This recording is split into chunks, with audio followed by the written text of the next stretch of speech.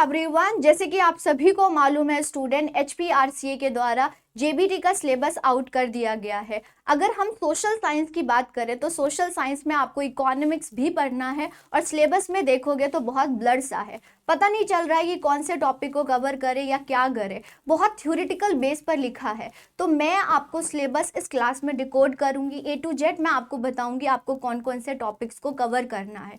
इसके साथ अगर आप जेबीटी को टारगेट कर रहे हैं तो हमारे टीम के साथ आप जुड़ सकते हैं, कोर्सेज को बाय कर सकते हैं जहां पर आपको सारा ही सिलेबस करवाया जाएगा और इसके डेमो लेक्चर भी देख सकते हैं। कोर्सेज के रिगार्डिंग कोई भी जानकारी चाहिए आप दिए हुए नंबर पर कॉल कर सकते हैं या डायरेक्टली आप बाय भी कर सकते हैं। तो चलो देखते हैं कि इकोनॉमिक्स में आपको कौन कौन से टॉपिक्स को कवर करना है सोशल साइंस में, राइट। तो चलो A to Z मैं आपको बताती हूँ। अगर हम देखें सिलेबस तो ये देखोगे इकोनॉमिक्स में आपको ये सारे टॉपिक्स को कवर करना है, बट इसको देख के ना बिल्कुल भी समझ नहीं आ रहा है कि हम करें क्या, बहुत थ्योरेटिकल वे में लिखा हुआ है। तो इसी को देखते हुए यहाँ पर मैं टॉपिक आपको बताऊंगी कि आपको कौन कौन से टॉपिक्स को कवर करना है।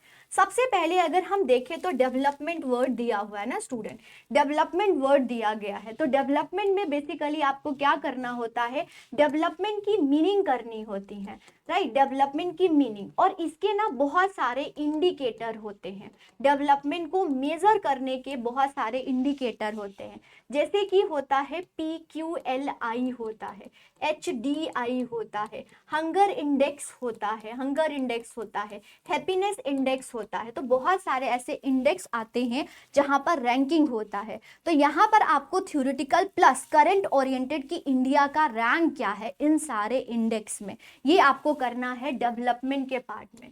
फिर यहाँ पर इन्होंने नेशनल डेवलपमेंट का एक वर्ड दिया है, बेसिकली ये आपको नेशनल इनकम के बारे में, लेकिन नेशनल इनकम डेप्थ में मत पढ़ना, यहाँ पर सिर्फ टॉपिक मतलब कि मैं टर्म्स की बात करूंगी, टर्म्स को आपको कवर करना है, जैसे कि जीडीपी क्या होता है, जीएनपी क्या होता है, बेसिक टर्म्स आपको पता होना चाहिए।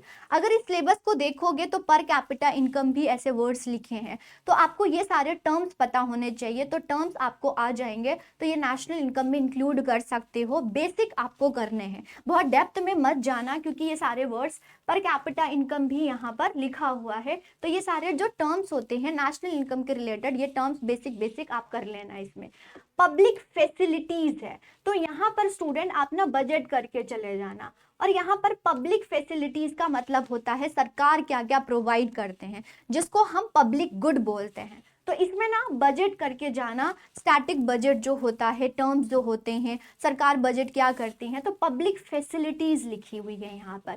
फिर आता है SDGs, SDGs का मतलब होता है सस्टेनेबल डेवलपमेंट गोल्स। तो 17 गोल्स है, प्लस इंडिया का रैंक क्या है, और प्लस हमारा जो नीति आयोग है वो भी रिलीज करता है। तो इतना सा आप अपना करके जाना। तो सबसे पहले आपको थ्योरेटिकल प्लस करंट ओरिएंटेड भी आपको कर लेनी चाहिए इसमें। फिर आता है सेक्टर ऑफ इंडियन इकोनॉमी, ये टॉपिक आपका लिखा हुआ है, इसमें आपको सेक्टर ऑफ इकोनॉमी करना है। पहले मैं आपको बताऊं तो जैसे कैपिटलिस्ट होता है, सोशलिस्ट होता है, मिक्स्ड इकोनॉमी होता है, ये आपको पढ़ना है। फिर ना हम सेक्टर को बहुत सारे एक्टिविटीज़ के बेस पर, ऑर्गेनाइजेशन के बेस पर, ऑनरशिप के बेस पर डिवाइड करते हैं। तो आपको ना सेक्टर ऑफ इंडियन इकोनॉमी का मतलब है, इसमें आपके प्राइमरी सेक्टर आपको करना है, सेकेंडरी सेक्टर करना है, आपको टर्सरी सेक्टर करना है, क्वार्टरनरी सेक्टर करना है, क्यूनरी सेक्टर है। तो ऐसे क्वेश्चन यहाँ पर आएगा। प्लस वही मैं आपको बोल रही थी ना, ऑर्गेनाइज अनऑर्गेनाइज सेक्टर क्या होता है, पब्लिक सेक्टर क्या होता है, प्राइवेट सेक्टर क्या होता है, तो ये आपको मालूम होना चाहिए कितने प्रकार के एक्टिविटीज के बेस पर डिवाइड किया गया है, प्लस ऑर्गेनाइजेशन के बेसिस पर ऑर्गेनाइज प्लस अनऑर्गेनाइज, जिसको फॉर्मल इनफॉर्मल बोलते हैं। प्लस आप यहाँ पर करके जाना और ऑनरशिप के बेसिस पर, ऑनरशिप का बेसिस का मतलब होता है पब्लिक सेक्टर कौन सा होता है, प्राइवेट सेक्टर क्या होता है, और ये सिलेबस में यहाँ पर देखोगे तो लिखा हुआ है। तो ये टॉपिक आपको कवर करना है, राइट, ये है। फिर आता है मनी और क्रेडिट, बेसिकली इनको ना मनी और बैंकिंग लिखना चाहिए, ये क्रेडिट लिख दिया है ना इन्होंने।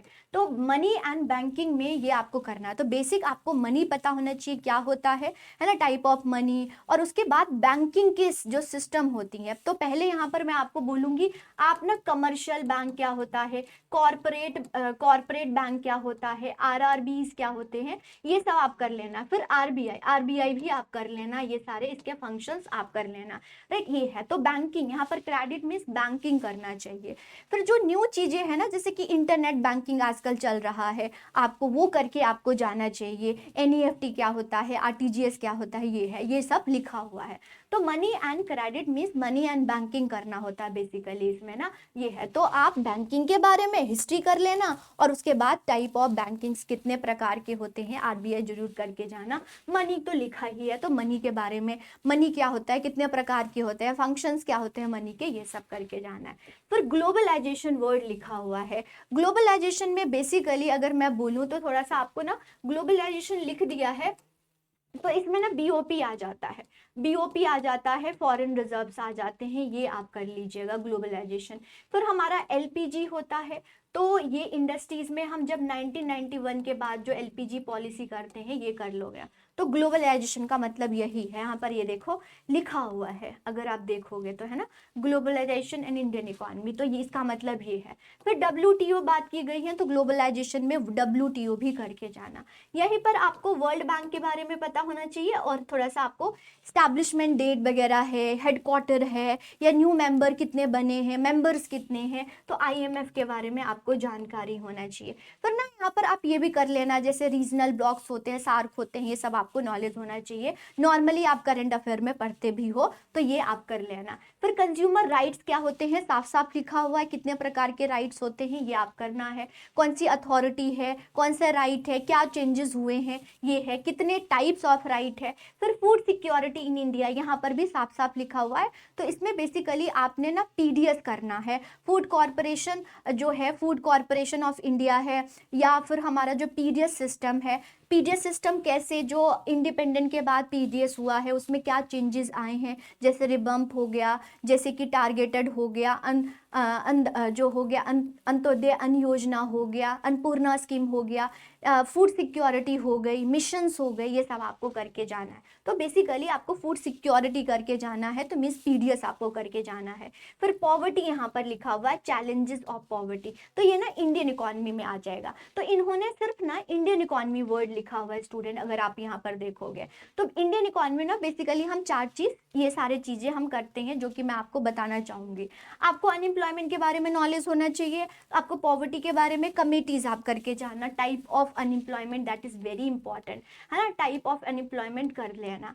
इनइक्वालिटी क्या होता है, थोड़ा सा आप ये कर लीजिएगा, स्कीम्स या स्टूडेंट। तो ये सारे जितने भी है, जैसे कि बेसिकली इन्होंने इंडिया के बारे में ज़्यादा फोकस किया है, तो स्कीम्स मैं आपको बोलूँगी स्कीम्स करके जाओ। जैसे कि मनी, अगर हम देखें मनी एंड बैंकिंग से रिलेटेड भी जो हमारा स्कीम्स होता है, जनधन योजना, ये सारे स्कीम्स करके जाना। जैसे कि यहाँ पर लिखा हुआ है फूड सिक्योरिटी इंडिया, तो इसमें जो स्कीम्स है ये करके जाना। मनरेगा स्कीम है, ये सारे आपको स्कीम्स अच्छे से पता होना चाहिए। प्लस इससे ना आपको मिनिस्ट्री पूछा जा सकता है, तो मिनिस्ट्री आप करके जाना। पर करंट इकोनॉमी में क्या चल रहा है थोड़ा बहुत आपको नॉलेज होना चाहिए, जैसे बजट करके थोड़ा सा आप चले जाना, बजट ये है।